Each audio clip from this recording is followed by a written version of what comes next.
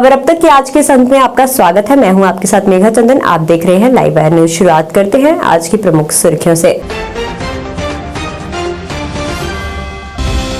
श्रीनगर में तिरंगा रैली में शामिल हुए एलजी, बोले ये आशाओं और सपनों का नया सवेरा।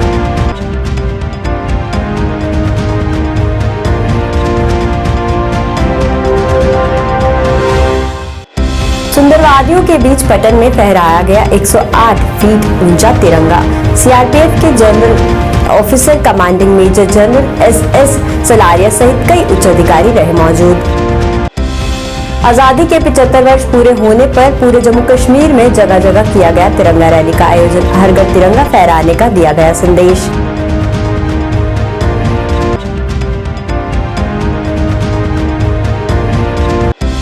आम आदमी पार्टी द्वारा जम्मू कश्मीर में बिगड़ते हालातों को लेकर किया गया पत्रकार वार्ता का आयोजन। कहा, अपनी सरकार की विफलताओं को देख अमित शाह और नरेंद्र मोदी को अपने पदों से देना चाहिए इस्तीफा।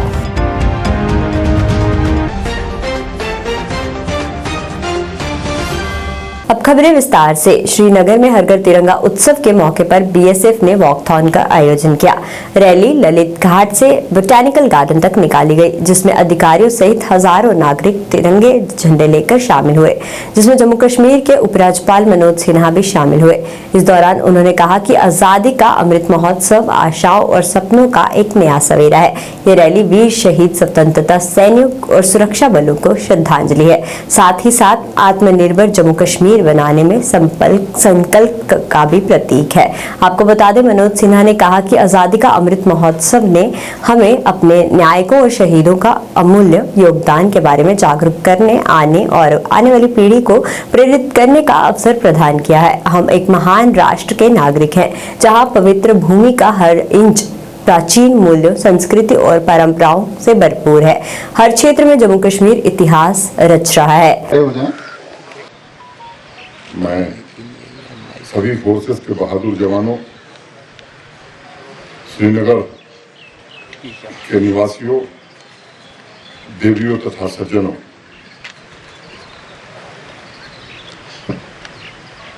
आजादी के अमृत कालखंड में इस समारोह के आयोजन से जुड़े सभी लोगों के प्रति मैं हृदय से कृतज्ञता ज्ञापित करता हूं। बात 2 दिन पहले की है। एक बैठक हो रही थी। बीएसएफ ने इस आयोजन को पहले से ही पूर्व नियोजित किया था। सीआरपीएफ की आईजी चारू सिन्हा जी ने एक सुझाव दिया कि सिविल एडमिनिस्ट्रेशन, फोर्सेस, प्रबुद्ध नागरिक, शिक्षण संस्थाओं के प्रमुख सब मिलकर के श्रीनगर में एक तिरंगा यात्रा निकले और उसमें सभी लोग भागीदार हों। मैं चारू सिन्हा को विशेष रूप से इस सुझाव के लिए धन्यवाद देना चाहता हूं और इसका प्रतिफल है कि आज ये आयोजन हो सका। मित्रों, यहाँ हम में से जो लोग हैं, हम में से किसी को ये सौभाग्य नहीं मिला कि स्वतंत्रता संघर्ष में हम सब हिस्सा ले सकें। हमारे पूर्वजों ने बलिदान देकर के हमें खुली हवा में सांस देने का अवसर दिया, लेकिन हमें यह अवसर जरूर भारत के प्रधानमंत्री ने दिया। जब देश आजादी के 75 वर्ष मना रहा है, तब हम एक संकल्प जरूर लें भारत के जिम्मेदार नागरिक के नाते कि केवल अपने अधिकारों के प्रति नहीं, कर्तव्यों के प्रति भी हम जागरूक रहेंगे। भारत को, जम्मू कश्मीर को निश्चित रूप से उस ऊंचाई पर ले जाना हम सबका सामूहिक दायित्व है। इसमें से अनेक लोगों को मालूम है कि 8 अगस्त की शाम को ही मुंबई के टैंक मैदान में एक बड़ी सभा हुई थी। महात्मा गांधी उस सभा में थे और उस दिन उन्होंने देश का आह्वान किया था और उसी दिन अंग्रेजों भारत छोड़ो का नारा लगा था। 9 अगस्त की सुबह मीडिया भी इतना नहीं था, प्रचार के साधन भी नहीं थे। 9 अगस्त की सुबह देश भर के गांवों में, शहरों में, सड़क पर जवान, किसान, मजदूर, वकील, अध्यापक, माताएं, बहनें, युवा भारी संख्या में सड़क पर निकले और देश के अनेक हिस्सों में अंग्रेजी शासन के जो सबूत थे उनको मिटाने का काम किया, नष्ट करने का काम किया और पता नहीं असंख्य लोगों ने बलिदान दिया। इतिहास की किताबों में हमने बहुत लोगों के बारे में पढ़ा है लेकिन मुझे लगता है कि अभी बहुत सारे ऐसे गुमनाम लोग हैं जिनको देश नहीं जानता है। ये एक अवसर मिला है कि स्थानीय जो हमारे हीरोज रहे उन सबको हमारे वाले उनके इतिहास के बारे में, उनके कर्तृत्व के बारे में। उधर एलजी मनोज सिन्हा के सलाहकार भटनागर ने भी गुलशन ग्राउंड जम्मू में मैराथन रैली को हरी झंडी दिखाकर रवाना किया। बता दें, इस दौरान वहां बड़ी संख्या में उच्च अधिकारी तथा लोग भी शामिल हुए, जिन्होंने हाथों में तिरंगा पकड़कर भारत माता की जय घोष के नारों के साथ पूरा वातावरण भक्तिमय किया।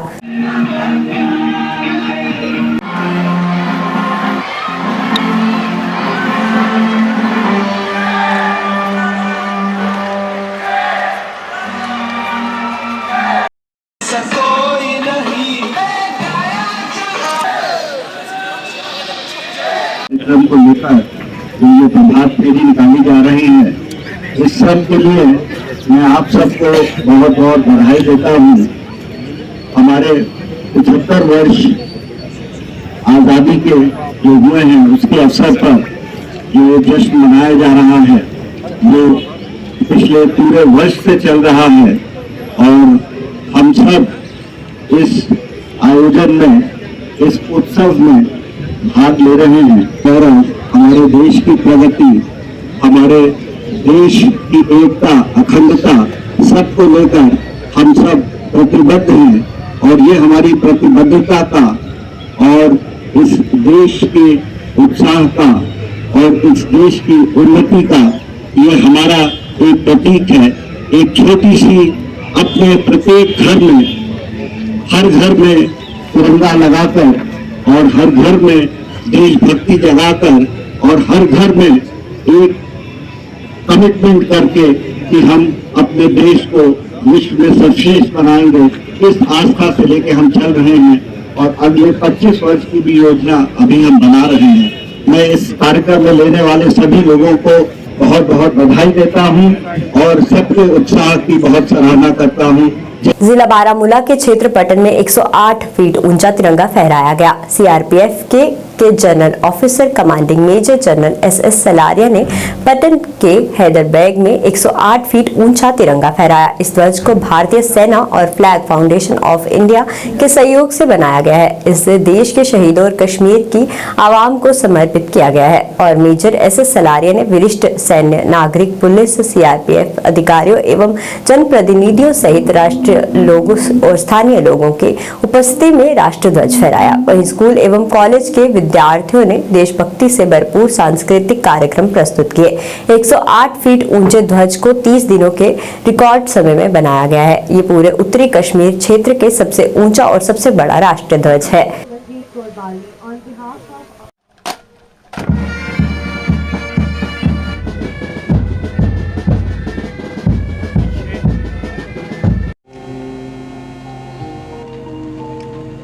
So it's a matter of great pride for all of us to be witnessing this great event at Hyderabad. 108 feet tall high mast flag. This is first of its kind in North Kashmir. और ये जो राष्ट्रीय झंडा यहाँ पे लहराया गया है, ये हमको और उत्साह करेगा अपने जो देश का नाम को आगे बढ़ाने के लिए. And I'm really thankful to the citizens of North Kashmir, entire Kashmir, who are taking this Har Ghar Tiranga campaign so well forward and is becoming a sort of an example for the rest of the country. जिस तरह से ये जो campaign है इसको लेके यहाँ की आवाम आगे बढ़ चल रही है, ये पूरे देश के लिए एक उदाहरण बनता जा रहा है. And we are expecting more and more such participation by the youth, by the people of Kashmir. And this particular event reminds us of the sacrifices which our great soldiers have made for the country. And हम यही आशा करते हैं कि हम अपने आप को फिर से रीडेडिकेट करें अपने देश का नाम आगे बढ़ाने के लिए. और कंग्रेचुलेशंस मैं देना चाहूँगा पूरी आवाम नॉर्थ कश्मीर की और कश्मीर की कि ये 108 फीट ऊंचा तिरंगा यहाँ पे जो लहरा रहा है और इसकी शान जो है हम आजादी का अमृत महोत्सव के एक भाग के रूप में सतवारी चौक से मीरा साहिब तक तिरंगा रैली का आयोजन किया गया। इस दौरान रविंदर रैना ने रैली को हरी झंडी दिखाकर रवाना किया। बता दें, इस रैली में बड़ी संख्या में भाजपा के वरिष्ठ नेता तथा कार्यकर्ताओं ने भाग लिया और पूरे उत्साह के साथ देशभक्ति के नारों के बीच आजादी के 75 वर्ष पूरे होने का प्रकाश डाला और जश्न मनाया।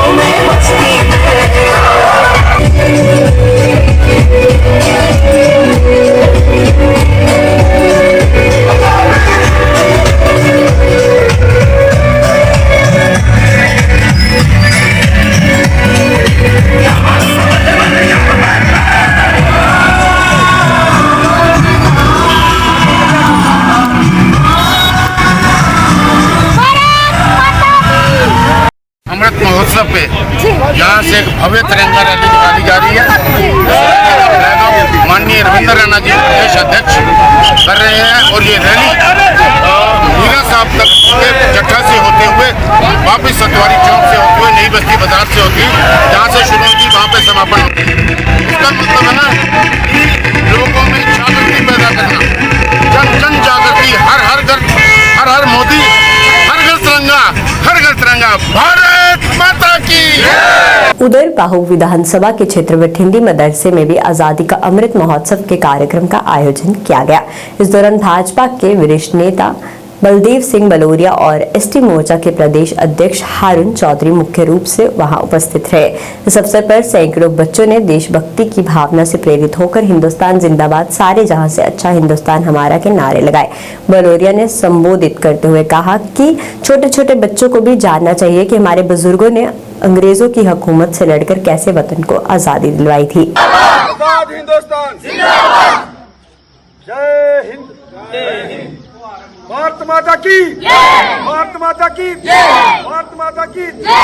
और बीजेपी के सीनियर लीडर हैं, उनके साथ हमारे एसडीपीओ नरवाल जहीर साहब, हमारे एसटी की टीम जान मोहम्मद जी, वसीम साहब, पूरी यहाँ बड़े बड़े हमारे यहाँ मौलाना। आजादी के 75 सालों पर जिस तरह अमृत महोत्सव पूरे देश में चल रहा है, उसी को देखते हुए जहाँ भी आज बटिंडी में एक बहुत बड़ा कार्यक्रम मौलवी मुजफ्फर जी ने इनका मदरसा है जहाँ पे किया है, और बहुत उत्साह लोगों में लग रहा है। जिस तरह हर घर झंडा तिरंगा की बात हो, चाहे इन बच्चों ने जिस उत्साह के साथ, जहाँ पे बहुत ही मौजूद लोग, चाहे मौलवी थे, स्कूल चलाने वाले बाकी लोग थे, यहाँ पे एसडीपीओ ईस्ट जाहिर जी, रफीक जी, हमारे चौधरी हारून जी जो एसटी मोर्चा के प्रेसिडेंट हैं, और सभी लोगों ने बड़े अच्छे तरीके से जहाँ मनाया है। मुझे लगता है कि जिस तरह ये लोगों में उत्साह है देश के प्रति, 75 सालों के आज़ादी के प्रति, एक बड़ा अच्छा लग रहा है। मैं सबको अच्छे की कामना करता हूँ और सबका अच्छा आगे हो, सब आगे बढ़े, मैं यही कामना करता हूँ। भारत देश एक दोबारा विश्व गुरु बने। बताते चले, हर घर तिरंगा की मुहिम को मद्देनजर रखते हुए आज जिला पुलिस रियासी ने थापा चौक पर तमाम आने जाने वाली गाड़ियों को रोककर उनकी गाड़ी पर राष्ट्रीय ध्वज के स्टिकर व राष्ट्रीय ध्वज वितरण किए। आपको बता दें, इस मौके पर डीएसपी इफ्तार कुरैशी व एसएचओ सुनील शर्मा ने अपनी टीम के साथ लोगों को राष्ट्रीय ध्वज उनकी गाड़ियों पर लगाए गए और उनको घर पर भी लगाने के लिए दिए गए।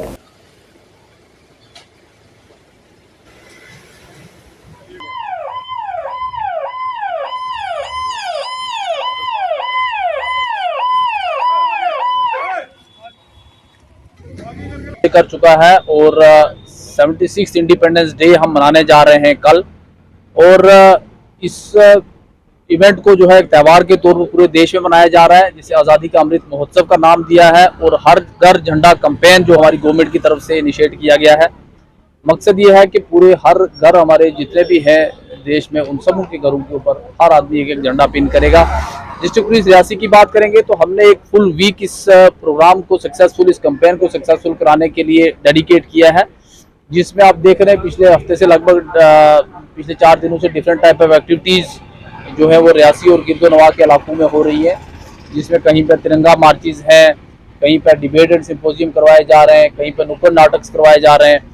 आज उसी प्रोग्राम की एक कड़ी जो आपको यहाँ पे देखने को मिल रही है, जिसमें हमने एक इनिशिएटिव यहाँ पे लिया है कि गाड़ियों में स्टिकर्स और नेशनल फ्लैग्स जो हैं वो बांटे जाए।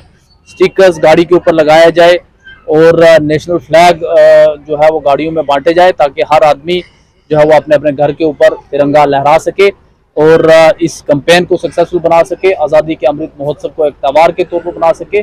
वहीं all Jammu based reserved categories employees association द्वारा भी पनामा चौक से तिरंगा रैली का आयोजन किया गया। इस दौरान वहां बड़ी संख्या में एसोसिएशन के सदस्यों ने इस तिरंगा रैली में भाग लिया और सभी से बढ़ चढ़कर आजादी के 75 वर्ष पूरे होने की खुशी में हर घर तिरंगा फहराने का संदेश दिया। मैं सबसे पहले सभी देशवासियों को अपने 15 अगस्त की मुबारकबाद देना चाहता हूं और साथ ही हमारे जो कश्मीर डिवीज़न के मुलाजिम हैं उनको भी मुबारकबाद देना चाहता हूं कि हमारा जो ये पावन पवित्र जो त्यौहार है, जो शहीदियों का बलिदान का, जो उनके लिए हम ये यादगार के लिए, अपनी आज़ादी के लिए ये उत्सव जो हम मनाते हैं, उन सब चीज़ों के लिए हम दिल से की गहराइयों से अपनी association all Jammu reserve category employee association की तरफ से सबको मुबारकबाद देना चाहते हैं। इसके साथ साथ हमारे जो प्रधानमंत्री साहब, गृह मंत्री साहब, एलजी साहब, उन सब को और एडमिनिस्ट्रेशन को हम मुबारकबाद देना चाहते हैं कि ये 15 अगस्त जो है हमारे लिए गर्व और गौरव की बात है। हम देश के शहरी हैं, देश के नागरिक हैं, इसके साथ साथ हम मुलाजिम भी हैं। हम जब तक हमारे दिल में धड़कन रहेगी, हमारे शरीर के अंदर खून चलेगा, हम इस तिरंगे के लिए हर संभव प्रयास करेंगे कि इसकी आन बान शान पे ऊपर कोई आंच ना आए। इसके लिए हम दिल से, दिमाग से और शारीरिक तौर पे तैयार हैं। रही बात हमारी अपनी एक पर्सनल मैटर, जो हम कह सकते हैं कि हमारे मुलाजिमों का एक मैटर है, सर्विस मैटर, जिसके लिए हमने ट्रांसफ़र पॉलिसी के लिए हमने गुहार लगाई है, जिसको रिकग्नाइज किया है एलजी साहब ने कि ट्रांसफ़र पॉलिसी होनी चाहिए।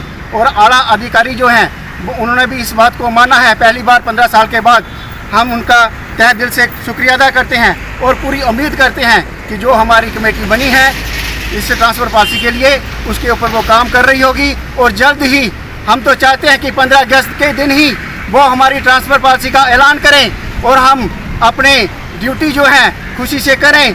जब तक वहाँ नॉर्मलसी नहीं होती है तब तक वो गवर्नमेंट हमें जहाँ एडजस्ट करे, उसके बाद हम पूरे दिमाग से, दिल से, जहाँ कश्मीर में जो हमारे जितने भी मुलाजिम हैं, 24 डिपार्टमेंट हैं, उसमें वो सारे वहाँ एज ए देशभक्त, एज ए पैट्रियटिक वहाँ काम कर रहे हैं। हम गवर्नमेंट के साथ हैं, गवर्नमेंट को भी हमारे साथ होना चाहिए। इसलिए मैं दोबारा अपनी एसोसिएशन की तरफ से हार्दिक शुभकामनाएं देता हूँ 15 अगस्त की हर देश के हर नागरिक को, हर बच्चे को, कि ये हमारे ये जो दिन है हमारा, ये बहुत ही गौरवशाली दिन है और हमें इसको मनाना चाहिए। Thank you. भाजपा द्वारा रानी तालाब डिग्याना में भी 15 अगस्त स्वतंत्रता दिवस के तहत बैठक का आयोजन किया गया। इस दौरान भाजपा के प्रदेश अध्यक्ष रविंदर रैना सहित पार्टी के अन्य वरिष्ठ नेता तथा कार्यकर्ता भी मौजूद रहे और भारत की आजादी पर प्रकाश डाला। बलिदान, कुर्बानियां, रंग लाई और 15 अगस्त मनाया गया, लेकिन आजादी के एक दिन पहले हमारे देश का विभाजन कर दिया गया, हमारे देश के टुकड़े कर दिए गए। हमारे बीच आए हम सब लोगों का, प्रदेश अध्यक्ष का, रविंदर गुप्ता का, जितने भी हमारे साथी आए हैं, डीडीसी मेंबर, बीडीसी, काउंसलर, सबका दिल की गहराइयों से स्वागत भी करते हैं और धन्यवाद भी करते हैं। और साथ साथ एक प्रार्थना करते हैं कि अभी सब जो प्रसाद पड़ा है, गिल गिलगित बल्टिस्तान, देवा, बटाला, इन तमाम एरियाज में कत्लो गारत हुई। हजारों लाखों बेगुनाह लोगों को कत्ल कर दिया गया। वो विभाजन की विभीषिका, वो रोंगटे खड़े कर देने वाले वो दृश्य आज भी अगर हम याद करते हैं तो रूह कांपती है। आज भी अगर हम अपने पूर्वजों से, गांव के अंदर जो बुजुर्ग लोग हैं, उनसे अगर जाकर हम पूछते हैं 1947 के उस विभाजन की कहानियां अपने बुजुर्गों से अगर हम सुने तो दिल दहला देने वाले उस वक्त जुल्म और सितम हुआ। साथियों, ये विभाजन यहां एक तरफ हमारी मातृभूमि को खंडित कर दिया गया, वहीं हजारों लाखों बेगुनाह लोगों का कत्ल भी 1947 में जब देश का विभाजन हुआ तो हुआ। वो विभाजन की काली रात, वो 14 अगस्त 1947 का दिन आज भी हिंदुस्तानियों के दिलों में। आम आदमी पार्टी द्वारा जम्मू कश्मीर में बिगड़ते हालातों को लेकर पत्रकार वार्ता का आयोजन किया गया। इस अवसर पर बोलते हुए आम आदमी पार्टी के नेता गगन प्रताप ने भाजपा सरकार पर निशाना साधा और कहा कि जिस प्रकार जम्मू कश्मीर में आए दिन लोग मारे जा रहे हैं, उसकी जिम्मेदार सिर्फ और सिर्फ सरकार है, क्योंकि आम जनता की सुरक्षा सरकार की जिम्मेदारी होती है। इसलिए अपनी सरकार की विफलताओं को देखकर अमित शाह और नरेंद्र मोदी को अपने पदों से इस्तीफा दे देना चाहिए। कश्मीर के अंदर जो है हालात दिन ब दिन खराब हो रहे हैं। जम्मू कश्मीर के अंदर जो है 90 के दशक जैसे हालात हो रहे हैं और आए दिन सुरक्षा कर्मियों पे हमले हो रहे हैं, टारगेट सिविलियन किलिंग्स हो रही हैं। आपने देखा कि 12 अगस्त को भी रजौरी के अंदर एक आर्मी कैंप के अंदर एक फिदायीन हमला हुआ जिसमें हमारे एक सूबेदार समेत 4 जवान शहीद हुए। और उसके पहले भी 22 अप्रैल को भी आतंकवादी हमला संजुआ में भी हुआ था जिसमें हमारे एक सीआईएसएफ के एसआई भी शहीद हुए, 14 सुरक्षा कर्मी भी शहीद हुए थे।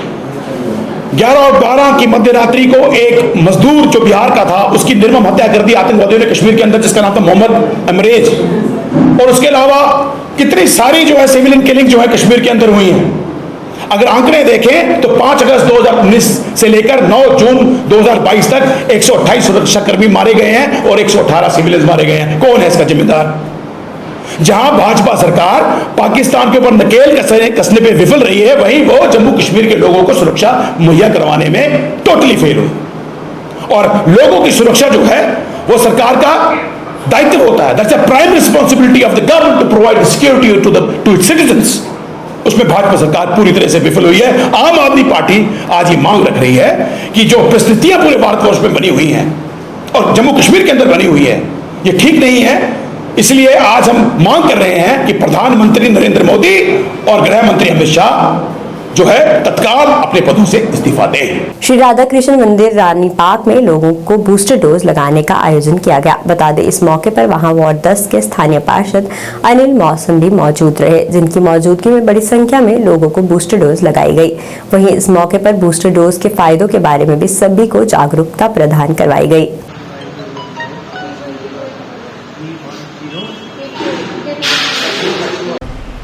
आज हमने जहां पर वार्ड नंबर 10 में कल भी हमने महालक्ष्मी मंदिर पकड़ंगा में कैंप लगवाया था। उसके पहले भी ये कैंप लगातार ये कैंप जो है वो जारी है, क्योंकि जिस तरह प्रधानमंत्री नरेंद्र भाई मोदी जी का आह्वान है कि हर एक शख्स को कोविड वैक्सीन जो है वो लगनी चाहिए, और इसमें चाहे वो फर्स्ट डोज हो, सेकंड डोज हो या बूस्टर डोज हो, सभी हम लगा रहे हैं। और हमारा एक ही लक्ष्य है कि 100% जो वैक्सीनेशन है वो पूरी हो जानी चाहिए।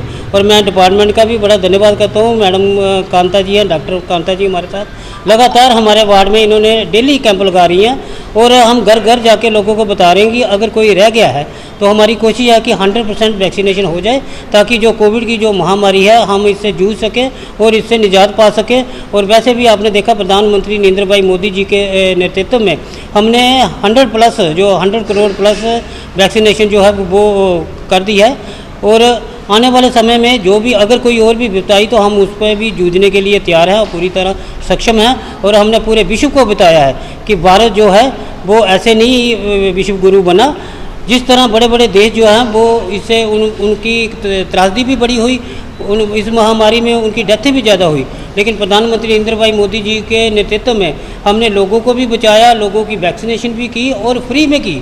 बड़े बड़े देशों में 1200 रुपये 1400 रुपये लेके वैक्सीनेशन की गई, लेकिन भारत एकमात्र ऐसा देश है जिसमें फ्री ऑफ कास्ट सबको वैक्सीनेशन दी, चाहे कोई अमीर हो, गरीब हो, मीडियम तबके का बंदा हो, सबको फ्री में वैक्सीनेशन दी और सबको इस जो महामारी की निजात से हमने छुटकारा दिया।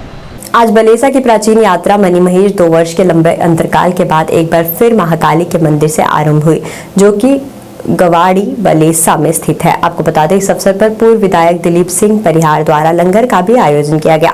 ये यात्रा जन्माष्टमी के दौरान 19 तारीख को मणिमहेश में पहुंचेगी। आपको बताते चले कि इस यात्रा के दौरान मुस्लिम भाईचारे के लोग भी हिंदू बिरादरी के लोगों को इस यात्रा की मुबारकबाद देने पहुंचे, जो कि यहाँ की बलेसा की संस्कृति और भाईचारे को दिखाता है, जिसमें खासतौर पर डीडीसी नदीम शरीफ न्याज, माइनॉरिटी मोर्चा वाइस प्रेसिडेंट जम्मू कश्मीर मुबाशिर आज़ाद, जावेद जरगर, सफकत हुसैन व अन्य कई हस्तियां हजारों लोगों के साथ इस यात्रा में शामिल हुए। पदरी से होते हुए और ये यात्रा जो है सिन्नू कोठी हिमाचल प्रदेश में जाएगी। इसका प्रबंध जो है यहाँ की जो संस्था है इसने किया है। यहाँ पे लंगर का प्रोग्राम भी है और गाड़ियाँ जो हैं उनका भी प्रबंध किया गया है, किसी भी चीज़ की कोई कमी नहीं है। और मगर आप जैसे बता रहे हो कि बड़ी देर के बाद, ऐसी बात नहीं। पिछले साल भी हमने मणिमहेश यात्रा ली थी और बड़े शान और शौकत से गए थे, लेकिन उसमें पार्टिसिपेशन इस बार ज़्यादा है। हाँ, उस बार थोड़े कम लोग थे और इस बार बहुत सारे ज़्यादा लोग हैं। कम से कम यात्रा जो है 2000 के करीब जो है यहाँ से जाएगी और बड़े शान और शौकत से जाएगी। ये हमारी रीति रिवाज है पुराना। शंकर भगवान मणिमहेश जो है तो वहाँ हमारा जाना ही होता है, क्योंकि ये जो हमारा एरिया है ये कभी हिमाचल का हिस्सा हुआ करता था और हमारा कुल देवता जो है वो मणिमहेश में ही है। हमारे बच्चे छोटे छोटे जब पैदा होते हैं उनके बाल जो हैं वो गंठ लगनी शुरू हो जाती है और उनके बाल जो हैं वो हम मणिमहेश में उतारते हैं, इसलिए हमको मजबूरन वहाँ जाना पड़ता है। धन्यवाद भाई जी, गल कर धन्यवाद अर्जुन जी। सर्वप्रथम माता रानी के चरणों में कोटि कोटि नमन। ये यात्रा जो है तो हम सभी जानते हैं कि ये प्राचीन काल से चली आ रही है मणिमहेश यात्रा। तो दुर्भाग्य से कोविड की वजह से 3 साल से ये यात्रा नहीं जा पाई। तो इस साल हर साल की तरह जैसे पहले जाती थी तो इस साल भी ये हमारी यात्रा जो है तो मणिमहेश जा रही है। लेकिन दुर्भाग्य से ये है कि हमारी यात्रा जो है तो हमारी डागनधार से ये यात्रा प्रस्थान करती थी, लेकिन इस साल ये यात्रा जो है तो ये गाड़ियों पे जा रही है। तो मैं भोले बाबा से प्रार्थना करती हूँ कि अगले साल ये हमारी यात्रा जो है तो ये डागनधार से ही प्रस्थान करनी चाहिए। और मैं भोले बाबा और माता रानी से प्रार्थना करती हूँ कि जो हमारे श्रद्धालु यात्रा में जा रहे हैं तो उनकी यात्रा जो है मंगलमय रहे और उनकी जो मनोकामना है तो पूरी रहे। धन्यवाद। आज रियासी में 14 अगस्त पर विभाजन विभीषिका दिवस को याद करते हुए इस दिवस को मनाया गया। इस मौके पर डिप्टी कमिश्नर रियासी बबीला रकवाल ने रबीना कटकार शुभारंभ किया। आपको बता दें इस मौके पर विभाजन के समय जो परेशानियां उस दौरान उन लोगों को आई थी वे तमाम तस्वीरें वहां पर लगाई गई थी और उन तस्वीरों को देखकर डिप्टी कमिश्नर हुई दुखी। वहीं मीडिया से बात करते हुए डीसी ने कहा कि विभाजन को इस दुख को भुलाया नहीं जा सकता है। ये तमाम तस्वीरें देखकर दुख होता है। ये सोचकर बहुत अफसोस होता है कि विभाजन के समय उन लोगों को कितनी परेशानियां हुई थी। 10 लाख से अधिक लोग घर से बेघर हो गए थे।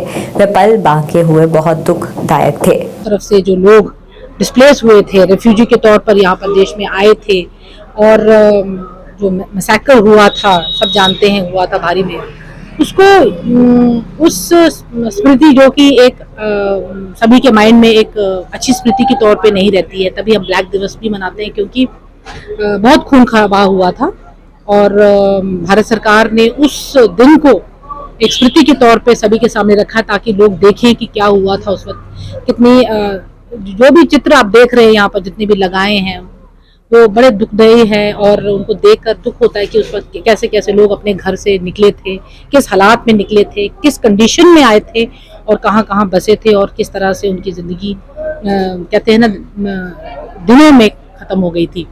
और उसी को दर्शाने के लिए भारत सरकार का जो एक इनिशिएटिव है जिसमें लोगों को बताने का कि ये क्या हुआ था सराहनीय है। और सारे यहाँ पर जितने भी उपस्थित हुए हैं, हमारे प्रेसिडेंट म्यूनिसिपल काउंसिल के शशि पुरी जी और इनके साथ जो काउंसलर्स हैं साथ में हमारे जुड़े हैं, इनको निर्देश हैं कि इन्होंने जगह जगह इस चीज़ को सबके सामने रखना है, लोगों में ये जागृति पैदा करनी है। और ये ज़रूरी भी है ताकि हम समझ सके कि एक विभाजन से क्या क्या परेशानी आती है, क्या दुख होता है, वो हर लोग समझ सकें। सीमा सुरक्षा बल की तरफ से रविवार को अंतर्राष्ट्रीय सीमा के जय किशन भारतीय सुरक्षा चौकी से पौधारोपण अभियान की शुरुआत की गई। इस मौके पर सीमा सुरक्षा बल के frontier headquarter Jammu IG Dinesh Kumar Bora तथा डीआईजी सुरजीत सिंह तथा सीमा सुरक्षा बल के 36वीं वाहिनी के कमांडेंट अजय सूर्यवंशी मुख्य तौर पर वहां उपस्थित रहे, जिन्होंने इस अभियान की शुरुआत करवाई। इस मौके पर आईजी बीएसएफ दिनेश कुमार बोरा ने बताया कि सीमा सुरक्षा बल की तरफ से लगभग 3 लाख पौधे लगाने का लक्ष्य रखा गया है, जिसके चलते लगातार इस अभियान को जारी रखा जाएगा।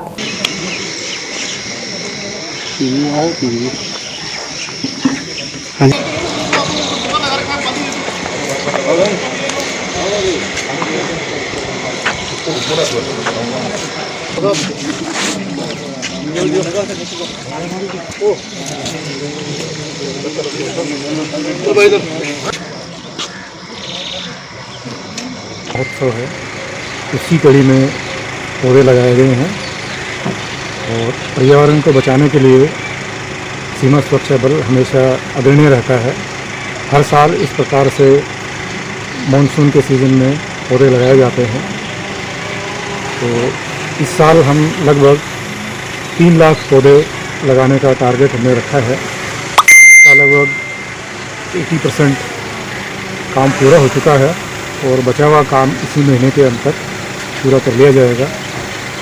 और जो पौधे हैं उनका महत्व कितना है वो आजकल हम जो पर्यावरण में बदलाव आया है और जो विभिन्नता जो देखने को मिलती है पर्यावरण की, वो हमारी आंखों के सामने है, क्योंकि हमने प्रकृति का दोहन किया, पेड़ों को काटा, जिसका नतीजा हमें भुगतना पड़ रहा है।